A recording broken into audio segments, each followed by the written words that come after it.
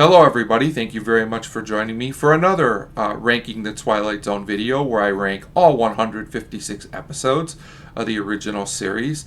Today I'm going to be talking about episode number 154 on the ranking, The Whole Truth, written by Rod Serling and directed by James Sheldon. Whole Truth actually moved up a few spots, as this used to be my least favorite episode. I still don't get very much out of it, but it did move ahead of two other episodes, so there's that. So the premise of The Whole Truth is that a used car salesman basically gets hold of a haunted car, which makes him and everyone else who's in possession of it tell the truth. And as you can imagine, this has a negative effect on his business, as he was a bit on the shady, kind of unethical side, I guess you could say. So the reason I don't really care for The Whole Truth anymore, well, there's a couple. Number one, it's one of those comedy episodes that I don't really find funny at all. I maybe smiled once, but I certainly didn't laugh. Jack Carson in the lead is fine. It's kind of a stereotypical performance, but I have a feeling he did what was directed to him, so I can't say too much bad there. Director James Sheldon also fails to really bring much to this episode, in my opinion. This was also one of the videotaped episodes, and while they're not my favorites, there are a few videotaped episodes I do like, but I have to say the videotaping works the worst on this episode out of the six, for the reason that most of this episode is supposed to take place outdoors, like at a car lot, and by shooting it on videotape, it's not convincing at all. It just feels like one big kind of stage play. It's kind of a bizarre choice for videotaping.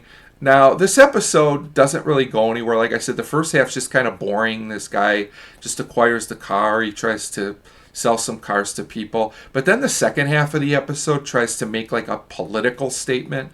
And it feels very tacked on and not earned. It almost feels like Rod Serling just put this in here because he's like, nothing's really happening in this episode. I better put an important message in here to make people think this is a better episode than it is. And, I don't really have a problem with statements in episodes. There's a lot of great episodes with statements.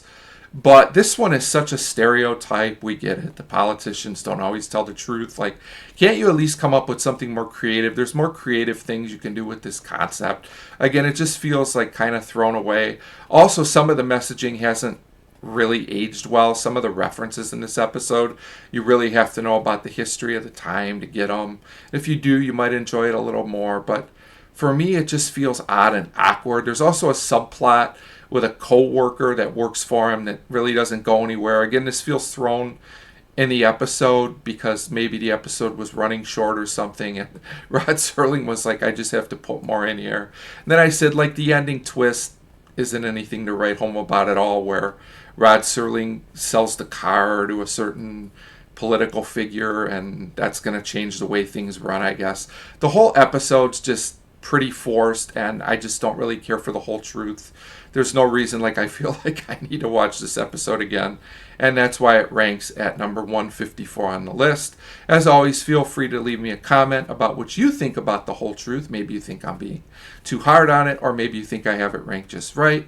And the next video will be number 153. Yet another episode I don't care for much, but I promise things will be getting better very soon. So thanks for watching.